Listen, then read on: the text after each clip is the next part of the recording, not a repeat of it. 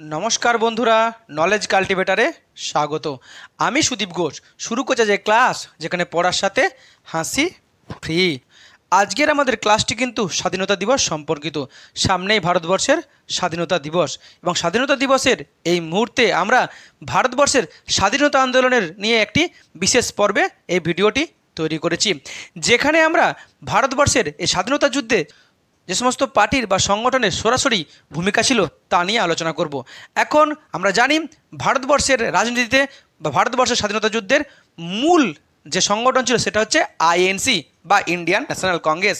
কিন্তু Indian national Congress বাদেও আরও একটি সংগঠন ছিল, যা হচ্ছে কমিউনিস্ট পার্টি বা কমিউনিস্ট মুভমেন্ট। তো ভারতবর্ষের স্বাধীনতা যুদ্ধে এই কমিউনিস্ট মুভমেন্টের কী ভূমিকা আছে তা আজকের ভিডিওতে দেখে নেব। আজকের আমাদের এই ভিডিও টপিক হলো communist movement in Indian independence struggle, অর্থাৎ ভারতের স্বাধীনতা যুদ্ধে কমিউনিস্ট আন্দোলনের ভূমিকা। এখন আজকের এই ভিডিওটি কিন্তু শুধুমাত্র কমিউনিস্ট পার্টি অফ ইন্ডিয়া নিয়ে নয়, স্বাধীনতা যুদ্ধে এই কমিউনিস্ট পার্টি অফ ইন্ডিয়া ছাড়াও আরও যে সমস্ত বামপন্থী বা কমিউনিস্ট ভাবধারায় উদ্বুদ্ধ স্বাধীনতা সংগ্রামীরা ব্রিটিশদের বিরুদ্ধে লড়াই করেছিল তার সম্পর্কেও দেখে নেব। তো আজকের ভিডিওটি কিন্তু গুরুত্বপূর্ণ। অনেকে বলে কমিউনিস্টরা নাকি দেশদ্রোহী। দেখে নেব যে সত্যি কি কমিউনিস্টরা দেশদ্রোহী, কিংবা একটা বিদেশি আদর্শ বা একটা বাইরের দেশের আদর্শ কীভাবে ভারতবর্ষের লক্ষ লক্ষ বিপ্লবীদেরকে যে অনুপ্রাণিত করলো বা উদ্বুদ্ধ করলো তাও কিন্তু দেখে নেব। তো ভিডিওটি ভালো করে দেখুন, আর ভিডিও সম্পর্কে আপনার মতামত থাকলে অবশ্যই কমেন্ট বক্সে জানাবেন। তো আজকের video mainly happy independence day, স্বাধীনতা দিবস। আর স্বাধীনতা দিবসকে সকলকে জানাই স্বাধীন ভারতের শুভেচ্ছা বা স্বাধীনতার শুভেচ্ছা। তার সাথে এই স্বাধীনতার মহান যজ্ঞে যে সমস্ত বিপ্লবীরা প্রাণ দিয়েছেন তাদের সকালের প্রতি জানাই প্রণাম এবং তাদের সেলাম জানাই। তো এই স্বাধীনতা দিবসের সময় আমরা ভারতবর্ষের স্বাধীনতা আন্দোলন সম্পর্কে জানব। মেনলি ভারতবর্ষের স্বাধীনতা আন্দোলনে কমিউনিস্ট মুভমেন্ট বা কমিউনিস্টদের ভূমিকা বা বামপন্থীদের ভূমিকা। এখন তার আগে আমরা একটু কমিউনিজম সম্পর্কে দেখে নেব। এখন কমিউনিজম একটা এত বড় তত্ত্ব যা আজকের ক্লাসে এই আলোচনা করা সম্ভব নয়, এর জন্য দুটো তিনটে ক্লাস লাগবে। তো এত বড় তত্ত্বে আমরা যাচ্ছি না, শুধু একবার ছুঁয়ে যাব। কমিউনিজম জানতে গেলে আমাদেরকে ক্যাপিটালিজম জানতে হবে। আমরা জানি ইংল্যান্ডে শিল্প বিপ্লব হয়েছিল, আর এই শিল্প বিপ্লবের ধারণা ছিল যে পুঁজিবাদ অর্থাৎ মালিক শ্রেণীর পক্ষ তারা সবথেকে বেশি আয় করত, আর ওয়ার্কিং ক্লাস অর্থাৎ শ্রমিকরা সবথেকে কম আয় করতো। এটাই হচ্ছে ক্যাপিটালিজম। কিন্তু সোশ্যালিজম কি? সোশ্যালিজম হচ্ছে ওয়েলফেয়ার অফ স্টেট, অর্থাৎ মানুষের ভালো, ওই যেখানে যেখানে মালিক শ্রেণী আর শ্রমিক শ্রেণী কিন্তু সমান হবে, সেটাই হচ্ছে সোশ্যালিজম। যদি মালিক শ্রেণী শ্রমিক শ্রেণীর উপরে বঞ্চনা করে তাহলে কিন্তু সরকার পক্ষকে তাদেরকে সাহায্য করতে হবে। আর তারই মতো নিয়ে আরেকটি ধারণা হচ্ছে কমিউনিজম। মেনলি কমিউনিজম কি? কমিউনিজম তত্ত্বে যে যারা তৈরি করছে, যারা খাটছে, যারা ঘাম ঝরাচ্ছে তারাই হচ্ছে আসল, অর্থাৎ এই কমিউনিজমে ওয়ার্কিং ক্লাস অর্থাৎ শ্রমিক শ্রেণীকে সবথেকে বেশি প্রফিটের কথা বলা হয়েছে, মালিক শ্রেণীর প্রফিট কিন্তু কম। কিন্তু এটাই তো সমস্যা, কারণ এটা সম্ভব নয়, কারণ মালিকরা সবসময় বেশি নেবে, শ্রমিকরা কম পাবে। তাই কিন্তু এই লড়াই অর্থাৎ এই কমিউনিজমের যে আদর্শের লড়াই সেটা হচ্ছে প্রোলেতারিয়াতদের লড়াই, অর্থাৎ যারা ওয়ার্কিং ক্লাসের লড়াই কাদের বিরুদ্ধে? পুঁজিবাদীদের বিরুদ্ধে, অর্থাৎ বুর্জোয়াজিদের বিরুদ্ধে। এটা সহজে সম্ভব নয়। এমন একটা সমাজ যেখানে শ্রমিক আর মালিক একই সঙ্গে থাকবে, সমান পাবে, তা সম্ভব নয়, অর্থাৎ প্রায় অসম্ভব। আর এই অসম্ভবটাকে সম্ভব করতে গেলেই কিন্তু রিভলিউশন প্রয়োজন, বিপ্লব প্রয়োজন, অর্থাৎ ভায়োলেন্স প্রয়োজন, অর্থাৎ হিংসাত্মক আন্দোলন প্রয়োজন, বিপ্লব প্রয়োজন বা সশস্ত্র আন্দোলন প্রয়োজন। আর সেটাই হচ্ছে এই কমিউনিজমের ধারণা। সোশ্যালিজম আর কমিউনিজম কিন্তু প্রায় কাছাকাছি, কিন্তু মনে রাখতে হবে সোশ্যালিজম আর কমিউনিজম কোনো দেশে বা কোনো সমাজে প্রতিষ্ঠা করা কিন্তু খুবই কঠিন এবং তবে অসম্ভব নয়। বিভিন্ন স্ক্যান্ডিনেভিয়ান যে দেশগুলি আছে সেখানে কিন্তু এই সোশ্যালিজম কিন্তু আছে। এমনকি আমরা রাশিয়াতেও দেখেছিলাম, কমিউনিস্ট রাশিয়াতেও দেখেছিলাম সোশ্যালিজমের কনসেপ্ট। এমনকি ভারতবর্ষেও কিন্তু সোশ্যালিজমের কনসেপ্ট আছে। এখন এই কমিউনিজমের যে মূল তাত্ত্বিক তিনি হলেন কার্ল মার্কস। তার যে বিখ্যাত বই কার্ল মার্কসের একটা হচ্ছে কমিউনিস্ট ম্যানিফেস্টো আর দাস ক্যাপিটাল। কমিউনিস্ট ম্যানিফেস্টোকে বলা হয় যে দর্শন শাস্ত্রের বাইবেল, পৃথিবীর সব থেকে দ্বিতীয় পাঠরত একটি বই বা পড়েছে এমন একটি বই হচ্ছে এই কমিউনিস্ট ম্যানিফেস্টো। কিন্তু তিনি কিন্তু ফিল্ডে রিভলিউশন করেননি, তিনি কিন্তু তাত্ত্বিক তত্ত্ব তুলে ধরেছিলেন। এবং ফিল্ডে যারা রিভলিউশন করেছিলেন তাদের মধ্যে সবথেকে বিখ্যাত হচ্ছেন রাশিয়ার কমরেড লেনিন, কিংবা স্ট্যালিন, মাও জেদং, চে গুয়েভারা, হো চি মিন, এরকম অনেকেই আছেন। এ তো কমিউনিজম নিয়ে একটু ছুঁয়ে দিলাম। এখন ভারতবর্ষের স্বাধীনতা আন্দোলনে কমিউনিজম এলো কী করে? ভারতবর্ষের স্বাধীনতা আন্দোলনে কমিউনিজম তত্ত্ব ঢোকার মেন কারণটাই হচ্ছে ভারতবর্ষের যে উপনিবেশিক ভারত ছিল, সেই উপনিবেশিক ভারতে ইংরেজরা যে ফার্মারদের উপরে অর্থাৎ চাষিদের উপরে আর শ্রমিক শ্রেণীর উপরে ব্যাপক অত্যাচার করত। আমরা দেখেছি যে নীল বিপ্লব নিয়ে অর্থাৎ যে নীল বিদ্রোহ হয়েছিল ভারতবর্ষে, নীল চাষিদের উপরে কতটা নির্মম অত্যাচার করতো ইংরেজরা, আর সেই জন্যই কিন্তু ভারতবর্ষে কমিউনিজম এসছে। কিন্তু ভারতবর্ষের কমিউনিজম কিন্তু সরাসরি কিন্তু ছড়িয়ে পড়েনি বা দ্রুত কিন্তু ছড়িয়ে পড়েনি। অনেকগুলো ঘটনা ছিল যার জন্য ভারতবর্ষে কিন্তু এই কমিউনিজম অন্তর্ভুক্ত হয়েছিল। মেনলি ভারতবর্ষের স্বাধীনতা যুদ্ধে কংগ্রেস হচ্ছে মেন দল, এরাই কিন্তু ভারতবর্ষের স্বাধীনতা অর্জন করেছে, মূল ভূমিকা গ্রহণ করেছে। কিন্তু কংগ্রেসের নীতি ছিল একটু অহিংসার নীতি, অনুরোধ করে নির্দেশ দিয়ে বা চরমপন্থী পথে না গিয়ে নরমপন্থী পথে তাদের স্বাধীনতা আন্দোলন করার লক্ষ্য ছিল। এইভাবে কংগ্রেসের মতো স্বাধীনতা আন্দোলন করতে গেলে কিন্তু অনেক সময় লেগে যাবে, স্বাধীনতা পাওয়া কিন্তু সহজ হবে না, সেইটা বুঝতে পেরেছিলেন। আর তার ফলে কিন্তু ভারতবর্ষে শুরু হয়েছিল সশস্ত্র বিপ্লব, সশস্ত্র আন্দোলন বা সশস্ত্র বিপ্লব। এই সশস্ত্র বিপ্লবে ছিল মেনলি কলকাতার অনুশীলন সমিতি আর যুগান্তর দল, যেখানে বিভিন্ন স্বাধীনতা সংগ্রামী কিন্তু এই দুই দলের ছিলেন, যেমন অরবিন্দ ঘোষ, বারিন ঘোষ, ক্ষুদিরাম বসু, প্রফুল্ল চাকি, কানাইলাল দত্ত অনেকে। এবং এদের জন্যই কিন্তু আলিপুর ষড়যন্ত্র মামলা হয়েছিল 1908 সালে, 1909 সালে। আমরা জানি ক্ষুদিরাম বসের ফাঁসি হয়েছিল এবং অরবিন্দ ঘোষের কিন্তু জেল হয়েছিল। কিন্তু মনে রাখতে হবে এই যুগান্তর দল বা অনুশীলন সমিতি এরা কিন্তু কেই কমিউনিস্ট মনোভাবাপন্ন ছিলেন না, তবে তারা সশস্ত্র বিপ্লবী ছিলেন আর তাদের কার্যকলাপে কিন্তু অনেকটা কমিউনিস্টিজমের ছাপ পাওয়া যায়। কিন্তু এনারাই কিন্তু পরবর্তী ক্ষেত্রে দেখা গেছেন যারা বেঁচে ছিলেন, যাদের জেল হয়েছিল, যারা ফিরে এসেছিলেন আবার মূল রাজনীতির সাথে স্বাধীনতা আন্দোলনে, তারা কিন্তু অনেকে কমিউনিস্ট পার্টিতে যোগ দিয়েছিলেন। এই সময় কিন্তু আরও একটি ঘটনা ঘটে, বাংলাতে বঙ্গভঙ্গ আন্দোলন হয়, পার্টিশন অফ বেঙ্গল, এবং কংগ্রেসের মধ্যে দুই ভাগে ভাগ হয়ে যায় 1907 সালে সুরাট কংগ্রেসে, যেটা হচ্ছে সুরাট স্প্লিট বলা হয়, অর্থাৎ কংগ্রেসের বিভাজন, চরমপন্থী আর নরমপন্থী। চরমপন্থীরা বুঝে যায় যে এই নরমপন্থী পথে কিন্তু আর স্বাধীনতা সংগ্রাম সম্ভব নয়, তাই তারা সশস্ত্র আন্দোলন ধরে নেয় এবং সেদিকেই কিন্তু ভারতবর্ষের স্বাধীনতা আন্দোলন সশস্ত্রের পথে শুরু হয়ে যায়, চরমপন্থার পথে আস্তে আস্তে এগিয়ে যায়। এই সময় আরও একটি সংগঠন কিন্তু গড়ে উঠেছিল, যা হচ্ছে গদর পার্টি 1913 সালে, যেটা কিন্তু ভারতবর্ষে হয়নি, যেটা হয়েছিল আমেরিকাতে। প্রতিষ্ঠা করেছিলেন লালা হরদিয়াল আর সোহন সিং বাকনা। আর এই ভারতবর্ষের বুকে এই গদর পার্টির দুটো সব থেকে বড় বিদ্রোহ ছিল, একটা হচ্ছে 1914 সালে ব্রজবজের কামাগাতামারু জাহাজের বিপ্লব, আর 1915 সালে বাঘা যতীনের যে বুড়িওয়ালামের যুদ্ধের যে বিপ্লব। কিন্তু মনে রাখতে হবে আবার কিন্তু গদর পার্টি কিন্তু সরাসরি কমিউনিজম আন্দোলনের কথা বলেনি, কিন্তু তাদের কার্যকলাপে অনেকটা কমিউনিজমের ছাপ পাওয়া যায়। কিন্তু পরবর্তী ক্ষেত্রে এই গদর পার্টিরও কিছু কিছু সংগঠনের যারা নেতা ছিলেন তারা কিন্তু পরবর্তী ক্ষেত্রে কমিউনিস্ট আন্দোলনে যোগ দিয়েছিলেন। এখন ভারতবর্ষে আরও একটি ঘটনা ঘটে, 1919 সালে রাওলাট অ্যাক্ট আসে। আর এই রাওলাট অ্যাক্টে কিন্তু যে জালিয়ানওয়ালাবাগ হত্যাকাণ্ড ঘটেছিল, যা কিন্তু ভারতবর্ষে একটা বিরাট বড় ঘটনা ঘটে যায়, ভারতবর্ষকে আলোড়ন তৈরি করে দেয়, আরও এক ধাপ এগিয়ে যায় ভারতবর্ষে সশস্ত্র বিপ্লবের দিকে। তাই এই একাধিক ঘটনায় কিন্তু ভারতবর্ষে কমিউনিজম আন্দোলন বা সশস্ত্র আন্দোলনকে কিন্তু ভারতবর্ষে আসার জন্য একটা পথ তৈরি করে দিয়েছিল। এরপরেই 1917 সালে পৃথিবীর বুকে একটা সবথেকে বড় ঘটনা ঘটে, যেটা হচ্ছে রাশিয়ান বিপ্লব। রাশিয়াতে কমিউনিস্ট বিপ্লব ঘটেছিল এবং তার যিনি নেতা ছিলেন তিনি ছিলেন কমরেড লেনিন। আর এই যে রাশিয়াতে এরকম বিপ্লব ঘটেছিল সেটাকে কিন্তু অনেকে প্রশংসা করেছিলেন ভারতবর্ষের বড় বড় লিডাররা, যেমন লালা লাজপত রায়, বিপিন চন্দ্র পাল, বাল গঙ্গাধর তিলক, যাদেরকে আমরা বলি লাল বাল পাল। আর তারাই কিন্তু ভারতবর্ষে এরকম সেম আন্দোলনের চাইছিলেন। আর এরপরেই কিন্তু ভারতবর্ষের কমিউনিজম ঢুকতে শুরু করে। মেনলি একজন বিপ্লবী যার নাম ছিল এম.এন. রয়, যিনি আগে কিন্তু এই গদর পার্টির সঙ্গে যোগাযোগ রেখেছিলেন বা গদর পার্টির সদস্য ছিলেন। বিশেষ করে তিনি কিন্তু লুকিয়ে থাকতেন, বিভিন্ন দেশে ঘুরে বেড়াতেন। এই এম.এন. রয় কিন্তু রাশিয়াতে গিয়েছিলেন এবং তিনি লেনিনের সঙ্গে মিট করেছিলেন 1920 সালে, এবং লেনিন তাকে পরামর্শ দিয়েছিলেন তিনি যেন কমিউনিস্ট পার্টি অফ ইন্ডিয়া প্রতিষ্ঠা করেন। আর তার নির্দেশেই এই এম.এন. রয় অর্থাৎ মানবেন্দ্রনাথ রয়, যার আসল নাম ছিল নরেন্দ্রনাথ ভট্টাচার্য, তিনি তদানীন্তন রাশিয়ার যে তাজখণ্ড ছিল, যা বর্তমানে উজবেকিস্তানে অবস্থিত, সেই তাজখণ্ডে প্রথম ভারতের বাইরে কমিউনিস্ট পার্টি অফ ইন্ডিয়া প্রতিষ্ঠা করেছিলেন 1920 সালে। এবং তিনি সেখানে একটা স্কুলও খুলেছিলেন, যেখানে তিনি কমিউনিজমের দীক্ষা দিতেন বা ট্রেনিং দিতেন। এবং তার এই যে সংগঠন, এটা কিন্তু বিভিন্ন কমিউনিস্ট সংগঠন পৃথিবীতে তারা কিন্তু একে আইডেন্টিটি দিয়েছিল। এবং তারা যারা বিদেশে যে সমস্ত ভারতীয় বিপ্লবীরা আছে তাদেরকে তিনি কমিউনিস্ট ভাবধারায় আন্দোলন করতে প্রশিক্ষণ দিতেন। এই সময় আরও ঘটনা ঘটে ভারতবর্ষের বুকে বোম্বেতে 1920 সালে all India trade union Congress AITUC প্রতিষ্ঠা হয়। আমরা জানি যে কমিউনিস্টদের আন্দোলন মানে শ্রমিক সংগঠনের আন্দোলন, এটাও কিন্তু কমিউনিস্ট ভাবধারায় এই শ্রমিক সংগঠন গড়ে উঠেছিল বোম্বেতে, যা প্রতিষ্ঠা করেছিলেন MN যোশী, চমনলাল আর লালা লাজপত রায়। আবার তখনই কিন্তু যারা কমিউনিস্ট ভাবধারায় উদ্বুদ্ধ হয়েছিল তারা কিন্তু কংগ্রেসের মধ্যেও ছিলেন। সেরকমই কিন্তু 1921 সালে কংগ্রেসের আহমেদাবাদ সেশনে পূর্ণ স্বরাজের প্রথম যে টোটাল ইন্ডিপেন্ডেন্স, ডমিনিয়ন স্ট্যাটাস নয়, টোটাল ইন্ডিপেন্ডেন্সের দাবি তুলেছেন দুইজন কমিউনিস্ট ভাবধারায় উদ্বুদ্ধ দুজন নেতা, যারা হলেন স্বামী কুমারানন্দ আর হাজরত মোহানি।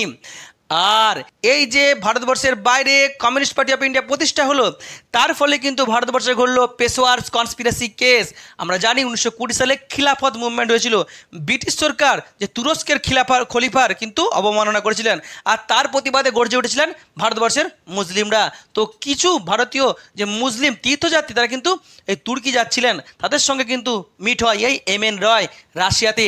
এবং এই মুসলিম যে সমস্ত তীর্থযাত্রীরা আছেন তারা এই MN রায়ের কমিউনিস্ট ভাবধারায় উদ্বুদ্ধ হয়ে সেখানে কিন্তু তারা ট্রেনিং নিতে শুরু করেন, এবং তারা ওই ভারতের বাইরে ট্রেনিং নিয়ে এখন ভারতবর্ষে আসা শুরু করেছিলেন পেশোয়ার পথ ধরে। আর তখনই কিন্তু তাদেরকে গ্রেপ্তার করে ব্রিটিশ পুলিশ। তাদের বিরুদ্ধে কী চার্জ ছিল? তারা বলশেভিক এজেন্ট। আর আমরা জানি বলশেভিক কোন পার্টি? বলশেভিক হচ্ছে রাশিয়াতে এই লেনিনের যে পার্টি, সেটা হচ্ছে বলশেভিক পার্টি। আর তাদেরকেই, আর এই সমস্ত মুসলিম যে তীর্থযাত্রীদেরকে ভারতবর্ষে বলশেভিক এজেন্ট হিসাবে গ্রেপ্তার করেছিল ব্রিটিশ পুলিশ। অন্যদিকে 1923 খ্রিস্টাব্দে ভারতবর্ষের মাটিতে প্রথম মে দিবস বা শ্রমিক দিবস প্রতিষ্ঠা করেছিলেন।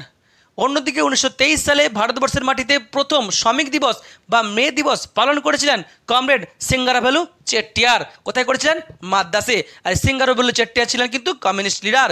এমনকি আমরা জানি মে দিবস বা শ্রমিক দিবসের যে আন্দোলন, এটা কিন্তু মেনলি কমিউনিস্টদের আন্দোলন, শ্রমিক শ্রেণীর আন্দোলন। অন্যদিকে 2024 সালে কমিউনিস্ট পার্টি অফ ইন্ডিয়ার মূল যে কমিউনিস্ট পার্টি অফ ইন্ডিয়া, যেটা 1920 সালে প্রতিষ্ঠা ছিল, তার কিন্তু আরও একটি ঘটনা ঘটে, যেটা হচ্ছে কানপুর বলশেভিক কনস্পিরেসি কেস। কি হয়? এই কানপুর বলশেভিক কনস্পিরেসি কেসে বিভিন্ন কমিউনিস্ট লিডার যারা বিদেশ থেকে আস্তে আস্তে ভারতবর্ষে এই কমিউনিস্ট যে মনোভাব বা কমিউনিস্ট আদর্শ ছড়াচ্ছিলেন বা বিপ্লব গড়ে তুলছিলেন, তাদেরকে গ্রেপ্তার করা হয়েছিল। যেমন মুজফর আহমেদ, SA ডাঙ্গে, নলিনী গুপ্ত, শুধুমাত্র ব্রিটিশ বিরোধী কমিউনিস্ট কাজ করার জন্য। এই যে কমিউনিস্টদের একের পর এক গ্রেপ্তার, এটা কিন্তু ভারতবর্ষের বুকে কিন্তু ভারতীয় বিপ্লবীদের কিন্তু কমিউনিস্টদের প্রতি একটি টান বাড়াতে শুরু করে। অন্যদিকে কমিউনিস্ট পার্টি অফ ইন্ডিয়া ভারতবর্ষে প্রতিষ্ঠিত হয় তার পরের বছর সরাসরি। এতদিন ছিল ভারতবর্ষের বাইরে, এবার হয় ভারতবর্ষের মূল ভূখণ্ডে। 1925 সালে কানপুরে প্রতিষ্ঠা করেছিলেন কে? বাগারহাট্টা কমরেড SA ঘাটে। আর সেই কারণে কমিউনিস্ট পার্টি অফ ইন্ডিয়াকে বলা হয় দ্বিজ, অর্থাৎ দুইবার জন্ম। একবার 1920 সালে ভারতবর্ষের বাইরে জন্ম, আর 1925 সালে ভারতবর্ষের মূল ভূখণ্ড কানপুরে জন্ম। এরপরে কমিউনিস্ট পার্টি অফ ইন্ডিয়া যে মূল কেস, সেটা হচ্ছে মিরাট ষড়যন্ত্র মামলা, মিরাট কনস্পিরেসি কেস 1929, যেখানে বিভিন্ন শ্রমিক সংগঠনে এই কমিউনিস্ট কার্যকলাপ করার জন্য এবং ইংরেজদের বিরুদ্ধে আন্দোলন করার জন্য প্রায় 30 জনের বেশি কমিউনিস্ট লিডারকে কিন্তু গ্রেপ্তার করে এই ব্রিটিশ সরকার, যাদের মধ্যে ছিলেন SA ডাঙ্গে ছিলেন, মুজফর আহমেদ ছিলেন, এবং বিদেশি কয়েকজন communist leader Philip Spratt, Ben Bradley. এমনকি এই সময় কবি নজরুল ইসলামও কিন্তু মুজফর আহমেদের সঙ্গে এই কমিউনিস্ট পার্টিতে যোগদান করেছিলেন। আর এই যে এনাদেরকে গ্রেপ্তার করা হয়েছিল, এর ফলেই কিন্তু ভারতবর্ষে কমিউনিস্ট পার্টিকে নিষিদ্ধ বলে ঘোষণা করেছিল ভারত সরকার। এবং এই যে কমিউনিস্ট পার্টিকে নিষিদ্ধ করে ঘোষণা করা হয়েছিল, এটা কিন্তু সারা বিশ্বে যে সমস্ত কমিউনিস্ট পার্টি আছে, রাশিয়া সহ অন্য দেশে, তারা কিন্তু এর প্রতিবাদ জানায়। এমনকি জওহরলাল নেহরু, নেতাজি কিন্তু এর বিরুদ্ধে প্রতিবাদ জানায়। এমনকি তারা কমিউনিস্ট লিডারদের যে আন্দোলন, সেটাকে সাপোর্ট করেছিল। আর আমরা অনেকেই জানি কিন্তু জওহরলাল নেহরু কিন্তু প্রথমের দিকে তিনি বামপন্থী ছিলেন, পরে তিনি সোশ্যালিস্ট হয়েছিলেন। আর এরপরেই কিন্তু কমিউনিস্ট পার্টিকে ভারতবর্ষে ব্যান করা হয়, এবং সরাসরি কমিউনিস্ট পার্টি অফ ইন্ডিয়ার যে ব্যানারে যে আন্দোলন, তা কিন্তু প্রায় বন্ধ হয়ে গেছিলো। মেনলি অন্য ব্যক্তিরা যারা কমিউনিস্ট ভাবধারায় অনুপ্রাণিত, তারা অন্য নামে সংগঠন চালিয়ে যাচ্ছিলেন, আর মেনলি ট্রেড ইউনিয়নগুলো কিন্তু চলছিল। এই সময় আরও একটি সংগঠন গড়ে চলেছিল, যা হচ্ছে 1924 সালে, যার নাম হচ্ছে হিন্দুস্তান রিপাবলিক অ্যাসোসিয়েশন যা প্রতিষ্ঠা করেছিলেন চন্দ্রশেখর আজাদ, এই সংগঠনটিও কিন্তু কমিউনিস্ট ভাবধারায় গড়ে উঠেছিল এবং এই সংগঠনের যে নেতারা অর্থাৎ লিডাররা বা কমরেডরা তারা কিন্তু কাকোরি ট্রেন ডাকাতির সঙ্গে যুক্ত ছিল। আর তার ফলে 1925 সালে কাকোরি ষড়যন্ত্র মামলা ঘটনা ঘটেছিল এবং কাকোরি ষড়যন্ত্র মামলাতে রামপ্রসাদ বিসমিল, আশফাকুল্লাহ খান, রাজেন্দ্র লাহিড়ী, রোশন সিং একাধিক এই লিডারদেরকে কিন্তু ফাঁসি দেওয়া হয় 1927 সালে। আর তার ফলে কিন্তু এই সংগঠনের কাজ একটু থেমে গেছিল। তারপরে এই সংগঠনের হাল ধরেছিলেন ভগৎ সিং এবং এই সংগঠনের তারা নাম পাল্টেছিলেন। নতুন নাম কি করেছিলেন? Hindustan socialist Republican association. এই পার্টির মূল আদর্শ ছিল যে স্বাধীন ভারতবর্ষে এমন একটি দেশ তৈরি করা হবে যেখানে সমাজতান্ত্রিক ধারণায় বা সোশ্যালিস্ট ধারণায় এই দেশকে তৈরি করা হবে। এবং এই সময় কিন্তু ভগৎ সিং ইনকলাব জিন্দাবাদ স্লোগানটি ব্যবহার করেছিলেন। মনে রাখতে হবে ইনকলাব জিন্দাবাদ স্লোগানটি কিন্তু প্রথমে ব্যবহার করেছিলেন হযরত মোহানি, কিন্তু পপুলারাইজ করেছেন কিন্তু ভগৎ সিং। এছাড়াও তারা আরও একটি স্লোগান ব্যবহার করেছিল যেটা হচ্ছে লং লিভ রিভলিউশন, অর্থাৎ বিপ্লব দীর্ঘজীবী হোক। আর এই ভগৎ সিংয়ের এই যে অর্গানাইজেশন, সেই ভগৎ সিং, সুখদেব বা রাজগুরু তারা কিন্তু সাইমন গোব্যাক আন্দোলনে তারা অংশগ্রহণ করেছিলেন 1929 সালে, যেখানে লাঠিচার্জে মারা গেছিলেন লালা লাজপত রায়। আর লালা লাজপত রায়ের মৃত্যুর প্রতিশোধ নিতে তারা স্যান্ডার্সকে হত্যা করেছিল। এমনকি এই ভগৎ সিংয়ের পার্টি তারা বম বাঁধা শিখেছিল যতীন দাসের কাছ থেকে এবং তারা পার্লামেন্টে 1929 সালে পাবলিক সেফটি বিলের বিরুদ্ধে বম ফেলেছিলেন। এবং তারপরে কিন্তু লাহোরস কনস্পিরেসি কেস তৈরি হয় এবং লাহোরস কনস্পিরেসি কেসে তারা কিন্তু জেলের মধ্যে যে বন্দীদের খাবারের জন্য বা বন্দীদের সঠিক খাবারের জন্য তারা আন্দোলন করেছিল এবং এই অনশন আন্দোলনে 64 দিন বা 63 দিন অনশন করে যতীন দাস কিন্তু প্রাণ হারিয়েছিলেন এবং এই সুখদেব, রাজগুরু আর ভগৎ সিং এনাদের ফাঁসি হয়ে যায়। ভগৎ সিংয়ের যখন ফাঁসির দিন ছিল, যখন পুলিশ তাকে ডেকে নিয়ে যাচ্ছিল, তখন তিনি লেনিনের আত্মজীবনী পড়ছিলেন বলে বলা হয় এবং তিনি বলেছিলেন যে আমাকে আরেকটু সময় দিন, আরেক 2-1 পাতা আছে এই আত্মজীবনী পড়তে, যেখানে আমি আরেক বিপ্লবী, বিশ্বের আরেকটা বড় বিপ্লবীর সঙ্গে আমার এই যে বিপ্লবী সত্তা তার মিলন ঘটাতে চলেছি। এরপরে 1931 সালে 23শে মার্চ তাদের ফাঁসি হয় এবং আজাদকে খুন করা হয়েছিল এলাহাবাদে। এরপর আরও একটি বামপন্থী বিপ্লবী দল গড়ে ওঠে ভারতবর্ষে। 1930 সালে ইন্ডিয়ান রিপাবলিকান আর্মি তৈরি করেছিলেন মাস্টারদা সূর্য সেন চট্টগ্রামে এবং তার এই বাহিনীতে তিনি তার স্টুডেন্টদেরকে যোগদান করেছিলেন। তার বিভিন্ন স্টুডেন্টরা কিন্তু এই বিপ্লবে তার সঙ্গে যোগ দিয়েছিলেন, যেমন লোকনাথ, তারকেশ্বর, গণেশ ঘোষ। তাদের এই বিদ্রোহ কিন্তু আয়ারল্যান্ডের স্বাধীনতা যুদ্ধের সঙ্গে সম্পর্কযুক্ত ছিল বা তারা ইন্সপায়ার্ড হয়েছিলেন। এমনকি তারা কমিউনিস্ট রাশিয়ার দ্বারা কিন্তু অনুপ্রাণিত হয়েছিলেন। আর তারা কিন্তু চিটাগং আর্মারি রেড অর্থাৎ চট্টগ্রাম অস্ত্রাগার লুণ্ঠন করেছিলেন। তারপরে হয়েছিল জালালাবাদ পাহাড়ের যুদ্ধ। এই পার্টিটি মহিলা সংগঠন যার নেতৃত্ব দিয়েছিলেন এই প্রীতিলতা ওয়াদ্দেদার আর কল্পনা দত্ত। এই প্রীতিলতা ওয়াদ্দেদার 1932 সালে চট্টগ্রামের পাহাড়িতলা ক্লাব তারা আক্রমণ করেছিল এবং ক্লাবের বাইরে যে ডগস আর ইন্ডিয়ানস আর নট অ্যালাউড এই যে পোস্টার লেখা ছিল সেই সাইনবোর্ড তারা ভেঙে দিয়েছিল। যদিও তারা বড়সড় কিন্তু ক্ষতি করতে পারেনি ইংরেজদের, কারণ সেদিন ছিল গুড ফ্রাইডের ছুটি। আর 1934 সালে এই মাস্টারদা সূর্য সেন আর তারকেশ্বরে কিন্তু ফাঁসি হয়েছিল। এই যে ইন্ডিয়ান রিপাবলিকান আর্মি এদের বেশিরভাগ সদস্যদের কিন্তু ধরে আন্দামানে পাঠিয়ে দেওয়া ছিল, তাদের কারাবাস হয়েছিল। অন্যদিকে প্রীতিলতা ওয়াদ্দেদার কিন্তু তিনি শহীদ হয়েছিলেন। এই কল্পনা দত্ত এমনকি গণেশ ঘোষ যারা পরবর্তী ক্ষেত্রে মূল রাজনীতিতে ফিরে এসেছিলেন এবং তারা কমিউনিস্ট পার্টির তারা সদস্য হয়েছিলেন। অন্যদিকে 1933 সালে আন্দামান জেলে কয়েকজন কমিউনিস্ট লিডার কিন্তু হাঙ্গার স্ট্রাইক করেছিল। তাদের মধ্যে অন্যতম ছিলেন মহাবীর সিং আর মোহিত মৈত্র। অন্যদিকে 1934 সালে কংগ্রেস থেকে বেরিয়ে এসে কংগ্রেস সোশ্যালিস্ট পার্টি তৈরি করেছিলেন জয়প্রকাশ নারায়ণ। তিনিও কিন্তু একজন সোশ্যালিস্ট লিডার ছিলেন বা একজন কমিউনিস্ট লিডার ছিলেন। অন্যদিকে 1935 সালে অল ইন্ডিয়া কিষাণ সভা, যেটা এখনও কমিউনিস্ট পার্টির যে কৃষক সংগঠন, সেই অল ইন্ডিয়া কিষাণ সভা প্রতিষ্ঠা হয়েছিল 1935 সালে এবং প্রতিষ্ঠা করেছিলেন সহজানন্দ সরস্বতী। এরপর নেতাজিও কমিউনিস্ট আন্দোলন। মনে রাখতে হবে নেতাজি কিন্তু কমিউনিস্ট নেতা ছিলেন না। মনে রাখতে হবে নেতাজি কিন্তু কমিউনিস্ট নেতা ছিলেন না, তিনি কিন্তু জাতীয়তাবাদী নেতা ছিলেন। কিন্তু নেতাজি আর এই কমিউনিস্ট যে আদর্শ তারা কিন্তু কাছাকাছি চলে এসেছিল, কারণ 1938 সালে যে হরিপুরা কংগ্রেসের সভাপতি হয়েছিলেন নেতাজি। কিন্তু 1939 সালে যে ত্রিপুরী কংগ্রেস হয়েছিল, সেই ত্রিপুরী কংগ্রেসে নেতাজিকে ফের সভাপতি হওয়ার জন্য সাপোর্ট করেছিলেন একাধিক এই কংগ্রেসের মধ্যে থাকা কমিউনিস্ট লিডার, যেমন নাম্বুদুরি পাদ, সৌরান্দিয়া। এই নাম্বুদুরি পাদ কিন্তু স্বাধীন ভারতের কেরালার প্রথম কমিউনিস্ট পার্টির তিনি মুখ্যমন্ত্রী ছিলেন এবং এবং ত্রিপুরী কংগ্রেসে সভাপতি হিসাবে কোনোদিনই সাপোর্ট করেননি নেতাজিকে গান্ধীজি, আর সেই জন্যই কিন্তু ভোট হয়েছিল। আর এই ভোটে নেতাজি গান্ধীজির ঠিক করে দেওয়া প্রার্থী পট্টবী সীতারামায়াকে তিনি কিন্তু হারিয়ে দিয়েছিলেন।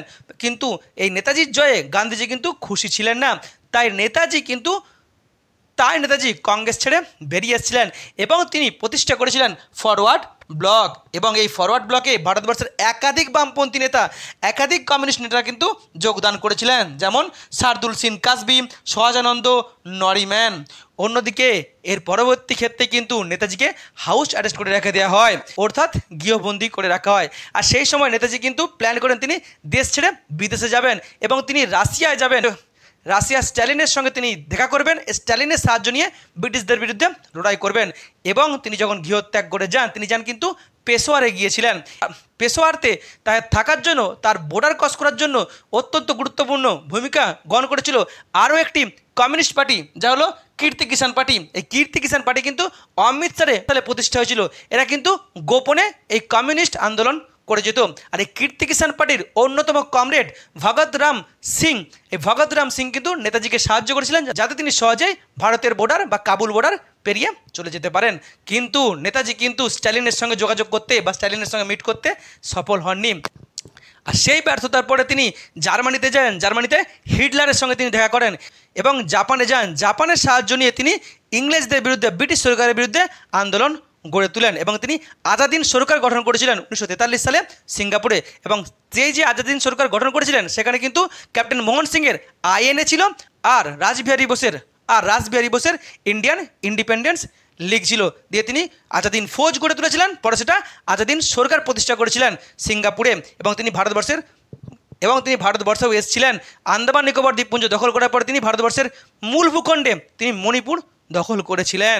কিন্তু এই সময় এই যে নেতাজি হিটলারের সঙ্গে দেখা করেছেন কিংবা এই জাপানের তেজস সাহায্য নিয়েছেন, তাই কিন্তু কমিউনিস্টরা কিন্তু নেতাজির বিরোধিতা করেছিল, ক্রিটিসাইজ করেছিল। কারণ তখন চলছিল দ্বিতীয় বিশ্বযুদ্ধ, আর দ্বিতীয় বিশ্বযুদ্ধের সঙ্গে কিন্তু একটা সময় রাশিয়া কিন্তু ইংল্যান্ডের সঙ্গে যোগ দিয়েছিল, আর ওই জার্মানি আর জাপান ছিল ইংল্যান্ডের বিরোধী পক্ষ। একাধিক কমিউনিস্ট সংগঠন কিন্তু নেতাজির বিরোধিতা করেছিলেন। এমনকি কমিউনিস্টদের একটা পেপার পিপলস ওয়্যার, তারা কিন্তু নেতাজিকে তেজর কুকুর হিসাবে একটি কার্টুনও তারা প্রকাশ করেছিল। এটা ছিল কিন্তু ভারতীয় কমিউনিস্টদের একটা বিতর্ক। তবে এই যে আজাদিন ফৌজ বা আইএনএ যারা মেম্বার ছিল, তারা কিন্তু পরবর্তী ক্ষেত্রে অনেকেই কমিউনিস্ট পার্টিতে যোগদান করেছিল। তাদের মধ্যে অন্যতম হচ্ছে লক্ষ্মী সেহগাল, যিনি ঝাঁসি ব্রিগেডের নেত্রী ছিলেন। অন্যদিকে 1942 সালে দীর্ঘদিন কমিউনিস্ট পার্টির উপরে যে ব্যান ছিল, সেই ব্যান তুলে দিয়েছিল ইংল্যান্ড সরকার। কারণ দ্বিতীয় বিশ্বযুদ্ধ চলছিল, আর দ্বিতীয় বিশ্বযুদ্ধে রাশিয়া আর ইংল্যান্ড কিন্তু কাছাকাছি এসছিল। অন্যদিকে 1942 সালে গান্ধীজি শুরু করেছিলেন কুইট ইন্ডিয়া মুভমেন্ট, অর্থাৎ ভারত ছাড়ো আন্দোলন। আর এই ভারত ছাড়ো আন্দোলনের বিরোধিতা করেছিল কিন্তু এই কমিউনিস্ট পার্টি। এটাও কিন্তু কমিউনিস্ট পার্টির বা কমিউনিস্টদের একটা বিতর্ক। মনে রাখতে হবে, ভারত ছাড়ো আন্দোলনের অন্যতম নেত্রী বা যাকে ভারত ছাড়ো আন্দোলনের রানী বলা হয়, সেই অরুণা আসফ আলী কিন্তু এই ভারত ছাড়ো আন্দোলনে গুরুত্বপূর্ণ ভূমিকা গ্রহণ করেছিল। আর এই অরুণা আসফ আলী কিন্তু একজন কমিউনিস্ট ছিলেন। অন্যদিকে নৌবিদ্রোহ বা নোভাল মিউটিনি 1946 সালে হয়েছিল, যেটা হয়েছিল বোম্বের তলোয়ার নামক জাহাজে মেনলি ভারতীয় যে শ্রমিকদের যে খাবারের উপরে যে বৈষম্য, সেই বৈষম্যের প্রতিবাদ করেছিল। এই আন্দোলনের পেছনেও কিন্তু কমিউনিস্ট পার্টির বিরাট বড় ভূমিকা ছিল। এবং ভারতের স্বাধীনতার আগে সবথেকে গুরুত্বপূর্ণ বিদ্রোহ কিন্তু এই নৌবিদ্রোহ।